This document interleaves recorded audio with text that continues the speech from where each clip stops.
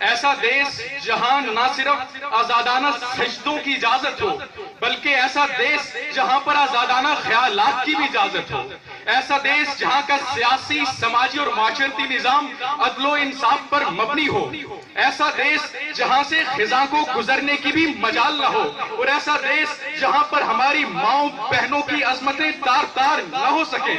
مگر علی وقار، مجھے آج دکھ سے یہ کہنا پڑتا ہے کہ آج 70 سال گزرنے کے بعد ہمارا ہر ایک صوبہ یکے بعد دیگرے اپنی آزادی اور خود مختاری کی صدا کیوں بلند کرتا ہے؟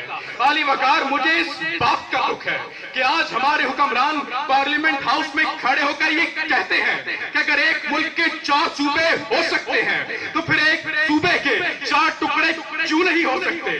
علی وقار، مجھے تو اس بات کا دکھ ہے، مجھے تو اس بات کا دکھ ہے کہ میری آنے والی نسلیں جب یہ پوچھیں گی کہ فلسطین، چیچنیا، بوسنیا اور کشمیر تو ایک طرف سلالہ چیک پوسٹ تو اپنی تھی، یہ زمین بھی اپنی تھی، یہ فضا بھی اپنی تھی، مگر اس فضا میں جہاز اور لاشوں میں گولیاں غیار کی کیوں کرتی؟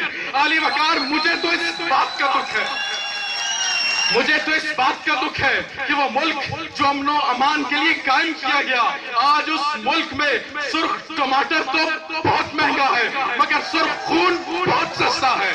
علی وقار، مجھے تو اس بات کا دکھ ہے کہ جب کوئی بم دھماکہ ہو یا ٹارگٹ کلنگ ہو تو امیر شہر یہ بولی لگاتا ہے کہ مرنے والے کے 1 لاکھ اور زخمی کے 50,000۔ ارے اگر یوں ہی کٹ کٹ کے مرنا تھا تو غلامی میں رہتے نا، یہ وطن حاصل کیوں کیا؟ اگر یوں ہی اپنی ماں اور بہنوں کی عظمتوں کو تار تار ہونے دینا تھا تو غلامی میں رہتے نا، یہ وطن حاصل کیوں کیا؟ اگر سڑکوں پہ اپنی غیرت کا جنازہ نکالنا تھا تو غلامی میں رہ کر غیرت کے دعوے کرتے، یہ وطن حاصل کیوں کیا؟ ارے اس دیش کو کس نے لوٹ لیا؟ اس بات کا چرچا کیسے ہو جب اپنے محافظ سوتے ہو؟ پھر شور و شکوہ کیسے ہو جب آگ کی ہلکی ہلکی سی شعلوں کو بجھانا ممکن تھا؟ اب آگ ہے گلیوں گلیوں میں، اب ملبہ ٹھنڈا کیسے ہو؟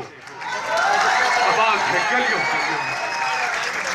علی وقار، یہ نصف صدی سے زیادہ کا قصہ ہے، کوئی 2-4 برس کی بات نہیں۔